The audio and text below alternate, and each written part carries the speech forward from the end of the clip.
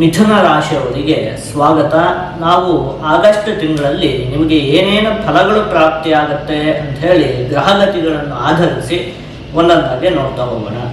ನೋಡಿ, ಮೊದಲನೇದಾಗಿ ನಿಮ್ಮ ರಾಶಿಯಲ್ಲೇ ಕುಜಗ್ರಹದ ಸ್ಥಿತಿ ಇರುವಂಥದ್ದು. ಹಾಗಾಗಿ ಅತಿಯಾದಂತಹ ಆತ್ಮವಿಶ್ವಾಸದಿಂದ ಒಂದು ಸ್ವಲ್ಪ ತೊಂದರೆಗಳು ಉಂಟಾಗುವುದಕ್ಕೆ ಅವಕಾಶ ಉಂಟು. ಮನುಷ್ಯನಿಗೆ ಆತ್ಮವಿಶ್ವಾಸ ಬೇಕಾಗುತ್ತೆ. ಯಾವುದೇ ಕೆಲಸ ಮಾಡಬೇಕಾದ್ರೂ ನಮ್ಮನ್ನು ನಾವು ನಂಬದೇ ಇದ್ದರೆ ಏನನ್ನು ಕೂಡ ಮಾಡುವುದಕ್ಕಾಗುವುದಿಲ್ಲ. ಆದರೆ ಅದು ಹೆಚ್ಚಾದಂತಹ ಸಂದರ್ಭದಲ್ಲಿ ಕೆಲವೊಂದಷ್ಟು ಸಮಸ್ಯೆಗಳು ಉಂಟಾಗುತ್ತೆ. ಆಗತ್ತೆ ಬಿಡು ಅಂತ ಹೇಳುವಂತಹ ರೀತಿ. ಆ ರೀತಿ ಅತಿಯಾದ ಆತ್ಮವಿಶ್ವಾಸ ಬೇಡ. ಆತ್ಮವಿಶ್ವಾಸವನ್ನು ಇಟ್ಕೊಳ್ಬೇಕು. ಒಂದು ಸ್ವಲ್ಪ ಅತಿಯಾದಂತಹ ಆತ್ಮವಿಶ್ವಾಸದಿಂದ ಕೆಲವೊಂದಷ್ಟು ತೊಂದರೆಗಳು ಉಂಟಾಗುವುದಕ್ಕೆ ಈ ಮಾಸದಲ್ಲಿ ಅವಕಾಶ ಉಂಟು. ಇನ್ನೊಂದು, ಕುಜಗ್ರಹ ನಿಮ್ಮ ರಾಶಿಯಲ್ಲೇ ಸ್ಥಿತವಾಗಿರೋದ್ರಿಂದಾಗಿ ಸೋಮಾರಿತನ ದೂರ ಆಗುತ್ತೆ. ನೋಡಿ, ಈ ಮಾಸದಲ್ಲಿ ನಿಮಗೆ ಸೋಮಾರಿತನ ಕಾಡೋದಿಲ್ಲ.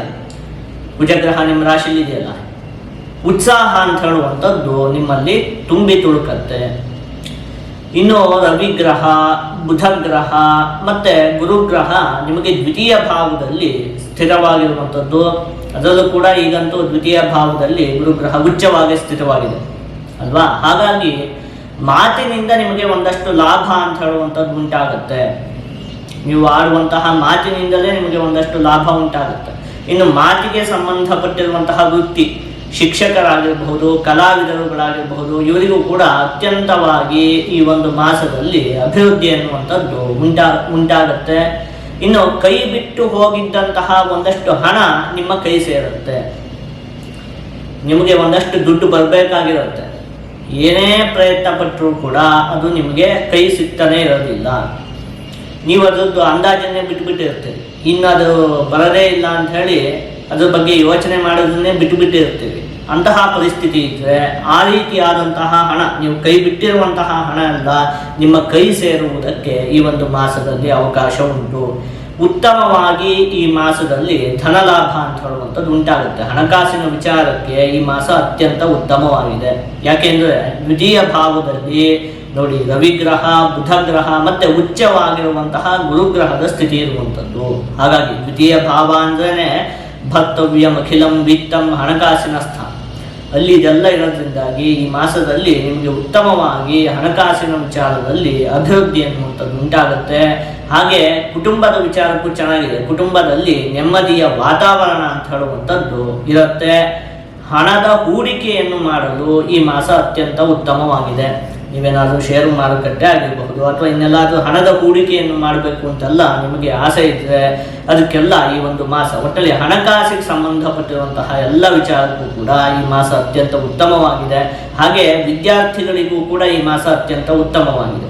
ದ್ವಿತೀಯ ಭಾವ ಅಂದರೆ ಅದು ವಿದ್ಯಾಭ್ಯಾಸದ ಸ್ಥಾನವೂ ಹೌದು. ಅಲ್ಲಿ ಉಚ್ಚವಾದ ಗುರು ಮತ್ತು ಬುಧಗ್ರಹ ಇದನ್ನೆಲ್ಲ ಅವಲೋಕನ ಮಾಡಿದಾಗ ವಿದ್ಯಾರ್ಥಿಗಳಿಗೂ ಕೂಡ ಈ ಮಾಸ ಅತ್ಯಂತ ಉತ್ತಮವಾಗಿದೆ.